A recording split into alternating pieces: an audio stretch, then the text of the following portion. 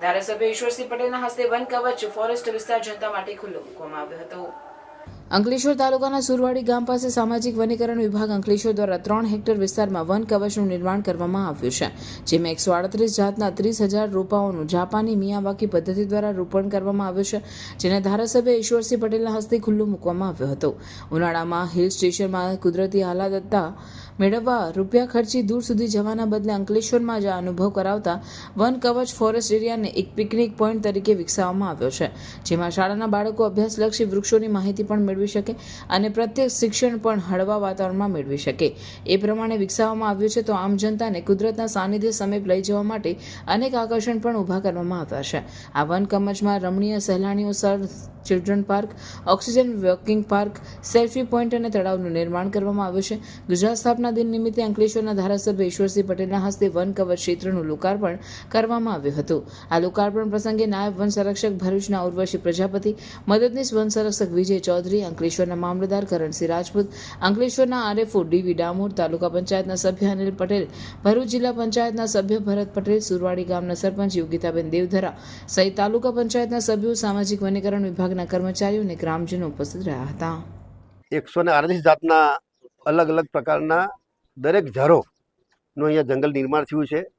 આ જાપાનીઝ પદ્ધતિથી વાવેતર કરવાને કારણે 3 વર્ષની અંદર એક મોટું જંગલ જેવું નિર્માણ થાય છે, ત્યારે ઓછી જગ્યામાં ઓછા વર્ષોની અંદર ખૂબ સારું જંગલ બને એ પ્રકારની ફોરેસ્ટ ડિપાર્ટમેન્ટે પણ મિયાવાકી પદ્ધતિથી જે અહીંયા નિર્માણ કર્યું, ત્યારે જે પ્રકારે બાળકોને રમવા માટેનું પણ સુવિધા ઉપલબ્ધ છે, બાજુમાં તળાવની પણ સુવિધા ઉપલબ્ધ કરવામાં આવી છે અને આવનારા દિવસની અંદર આ એક સારું પ્રવાસન સ્થળ જેવું જ્યારે થયું, ત્યારે શનિ રવિ બાળકો સાથે સાથે વૃદ્ધ લોકો પણ અહીંયા વોકિંગ માટે આવે એ પ્રકારનું અહીંયા બહુ સરસ કુદરતી વાતાવરણની અંદર જ્યારે બની રહ્યું છે, ત્યારે હું ફોરેસ્ટ ડિપાર્ટમેન્ટને પણ ખૂબ અભિનંદન પાઠવું છું અને ગામના લોકોને વિનંતી કરું છું કે અહીંયા જે પ્રકારે આ એક ફોરેસ્ટ ડિપાર્ટમેન્ટે નિર્માણ કર્યું છે એની આવનારા દિવસમાં પંચાયત પોતે કાળજી રાખે અને હવે તો ઝાડ મોટા થયા પછી દર અઠવાડિયે નહીં, પરંતુ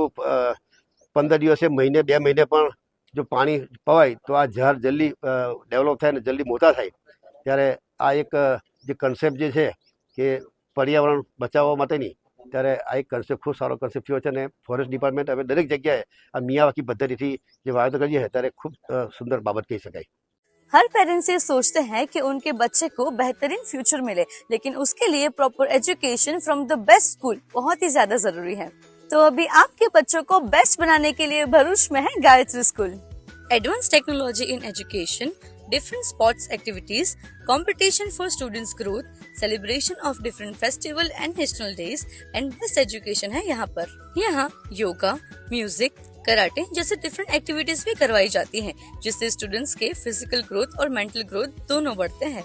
और हाँ, अगर आपका बच्चा स्कूल नहीं आया है तो स्कूल आपको इन्फॉर्म करता है। साथ ही यहाँ पर मंथली पेरेंट्स मीटिंग भी करवाई जाती है। यहाँ गुजराती मीडियम में प्ले ग्रुप, नर्सरी से standard 1st to 10 and 11-12 commerce और आर्ट्स है, और गुजरात बोर्ड इंग्लिश मीडियम में प्ले ग्रुप, नर्सरी और स्टैंडर्ड 1st to 10 तक करवाए जाते हैं। गायत्री स्कूल के लास्ट 3 इयर्स के 10th बोर्ड एग्जाम्स का रिजल्ट भी 100% है।